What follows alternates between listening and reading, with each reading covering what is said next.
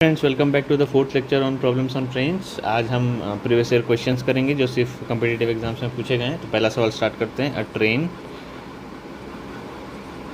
Passes a platform 90 metre long in 30 seconds and a man standing on the platform in 15 seconds. The speed of the train is.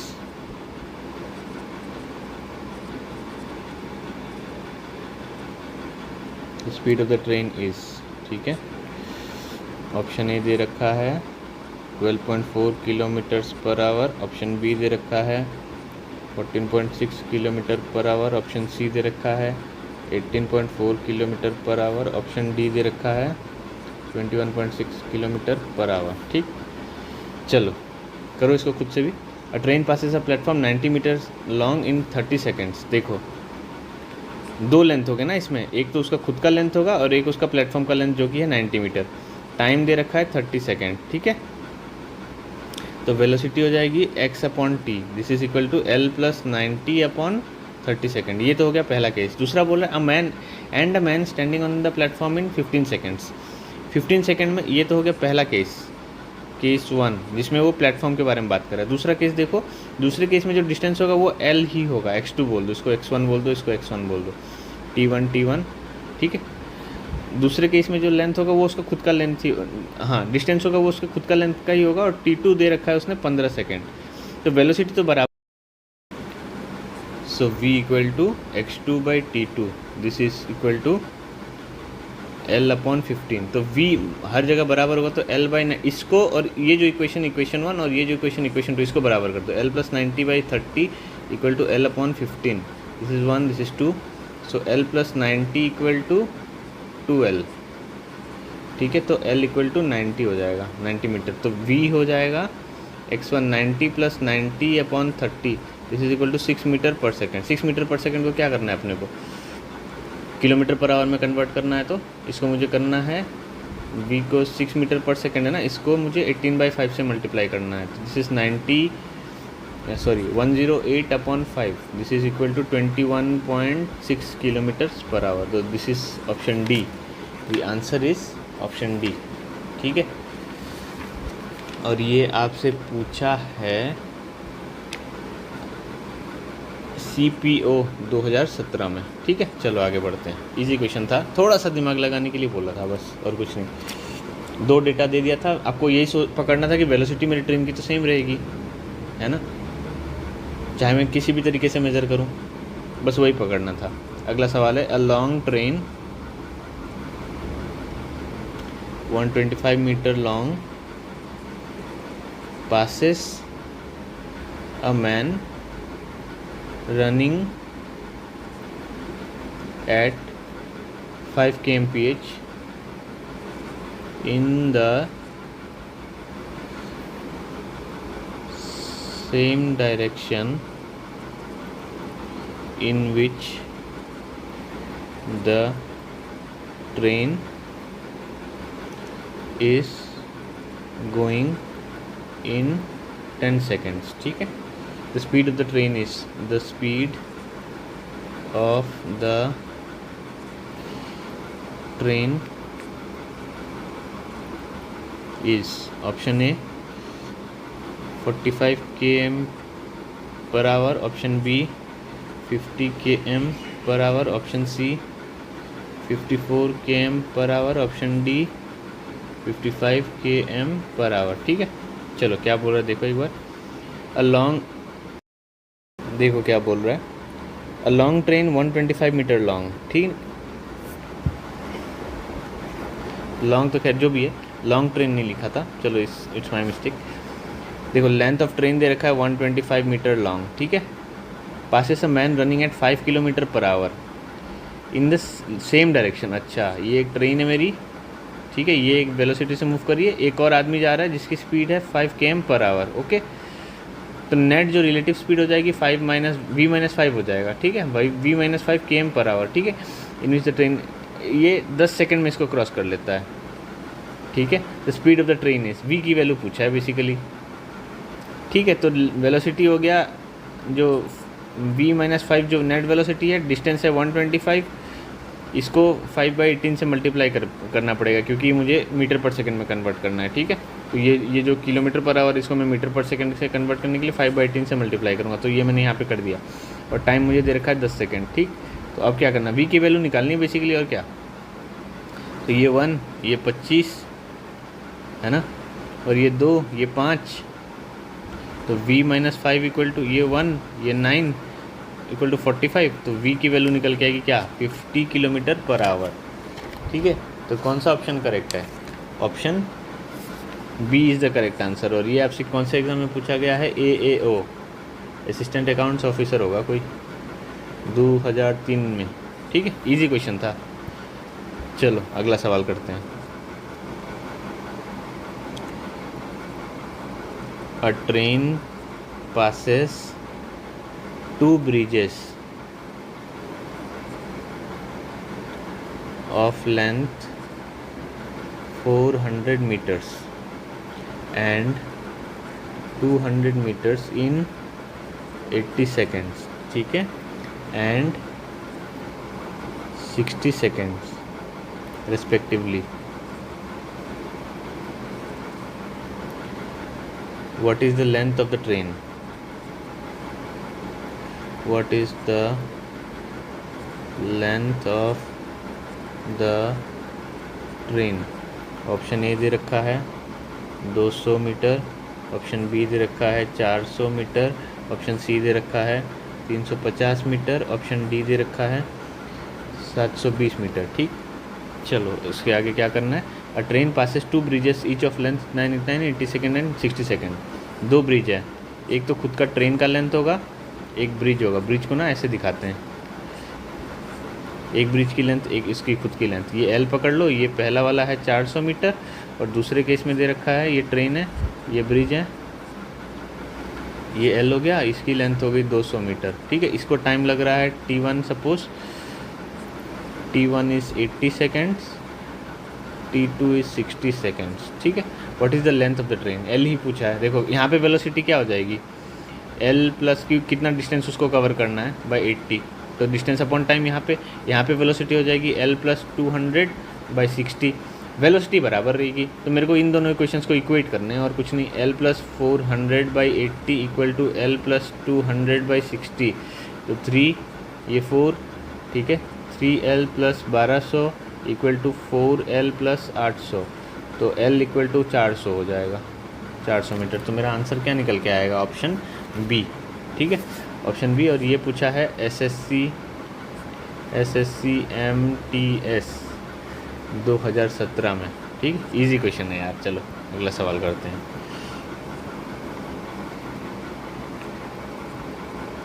A train of length 600 meter crosses a platform of length 1000 meters in 80 seconds. What is the speed in meter per second of the train? What is the speed in meter per second of the train? Option दे रखा है, पहला है 20, दूसरा है 72, option C दे रखा है 16, option D दे रखा है 36। चलो बताओ इसको क्या। अ ट्रेन ऑफ लेंथ इतना crosses a platform of length इतना इन 80 सेकेंड। अरे यार ये तो बहुत सिंपल है, वेलोसिटी हो जाएगा डिस्टेंस अपॉन टाइम। अब तो ये सब मुंह से, मतलब बिना पेन उठाए ही आपको कर लेना चाहिए, मुंह में, माइंड में ही आपके अंदर कैलकुलेशन हो जाना चाहिए। तो ये 600 प्लस ये 1000 बाई ये 80, 20 मीटर्स पर सेकेंड आंसर दिख रहा है मुझे, ठीक है। तो इसका ऑप्शन हो जाएगा 32 का ए, है ना। और ये पूछा गया है SSC CAPF PF ASI और दिल्ली पुलिस, ठीक है, SI 2017 में। इतना इजी क्वेश्चन, ये तो माइंड में ही हो जाना चाहिए, इसमें तो ज़्यादा दिमाग लगाना ही नहीं है। अगला सवाल, एक और वैसा ही सिमिलर वाला, इसमें थोड़ा सा कन्वर्जन वाला फैक्टर ले लेते हैं, ठीक है। 400 metre long train crosses a 800 metre long platform in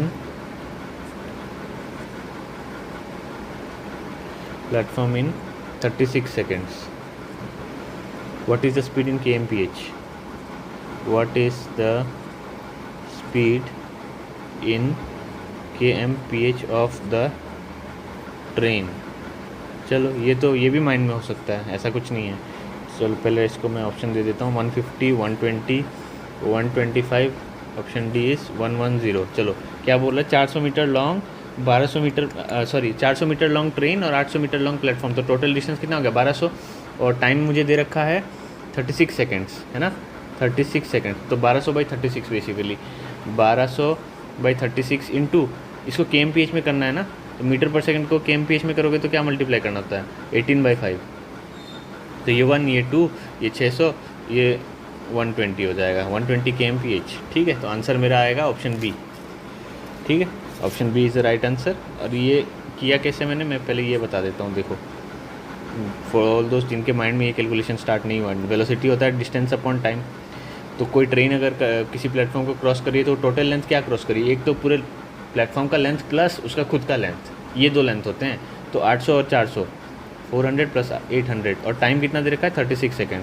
अब ये मुझे पूछा है इन किलोमीटर पर आवर, ये तो मेरा मीटर और ये सेकेंड में है कि नहीं, तो ये 1200/36 मीटर पर सेकेंड है, इसको मेरे को कन्वर्ट करना है उसमें किलोमीटर पर आवर में, तो इसको मैं 18/5 से मल्टीप्लाई करूँगा, ये मैंने बता रखा है ना, तो ये 1 2 फिर ये हो जाएगा आपका 240/2 इज 120 km/h, ठीक।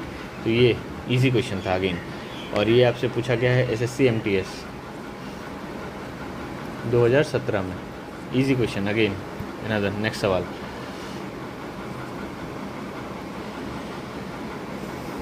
अ train covers a distance of 12 kilometer in 10 minutes, ठीक है। if it takes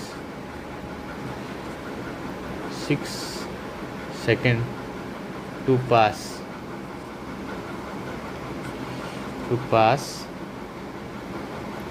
a telegraph post, then the length of the train is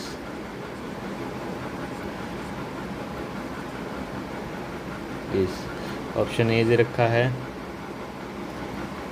100 metre, option B दे रखा है 120 मीटर, ऑप्शन सी दे रखा है 140 मीटर, ऑप्शन डी दे रखा है 90 metre, ठीक है। चलो क्या बोल रहा है देखो, अ train covers a distance of इतना इन इतना मिनट, तो वेलोसिटी क्या हो जाएगी 12 किलोमीटर बाई 10 मिनट्स, मतलब 1.2 किलोमीटर पर मिनट, है ना। तो बेसिकली इसको मैं मीटर में कन्वर्ट करूँ, ये सॉरी मिनट में होगा, ये 1200 मीटर बाई 60 मतलब 20 मीटर्स पर सेकेंड, है ना। अब क्या बोल रहा है, if it take 6 second to pass a telegraph post, ठीक है। मेरे पास वेलोसिटी है, डिस्टेंस मेरा हो जाएगा length of the train plus बस length of the train divided by time कितना दे रखा है मुझे 6, तो लेंथ ऑफ द ट्रेन क्या हो जाएगा, ये तो इजी है यार, 20 × 6 = L, तो 120 मीटर्स, तो आंसर मेरा निकल के आया ऑप्शन बी। और ये पूछा गया है आपसे SSC मैट्रिक लेवल MTS जो भी है SSC MTS 2017 में, इजी क्वेश्चंस हैं यार ये सब। देखो ये सब सारे सवाल ऐसे हैं ना जो आपको मतलब मार्क्स ला के दे रहे हैं, पूरा आपको मतलब गिफ्ट मिल रहा है। तो ये गिफ्ट जैसे होता है ना कोई खेल, जैसे अभी इंडिया में जैसे ज़्यादातर लोग क्रिकेट देखते हैं तो आपको बोलते हैं ना कि it was a full toss, जिसको बस आपको घुमाना था और वो शायद 6 हो जाता, तो ये वैसा ही है, कुछ फुल टॉस टाइप सवाल हैं, इसको आपको मिस नहीं करना है। ये मिस कर दिया तो आपको दिक्कत है, फिर तो आपको बहुत मेहनत की ज़रूरत है, या तो फिर सिली मिस्टेक भी नहीं करनी, सिली मिस्टेक्स भी होती हैं, तो ये सारी चीज़ों को अवॉइड करना है जितना हो सके, ठीक है। अगला सवाल करते हैं, एक थोड़ा सा लेंदी वाला सा करते हैं, चलो। Train A moving at speed of 72 kilometres per our crosses train B moving at 3/4 of the speed of train A, ठीक है, in the same direction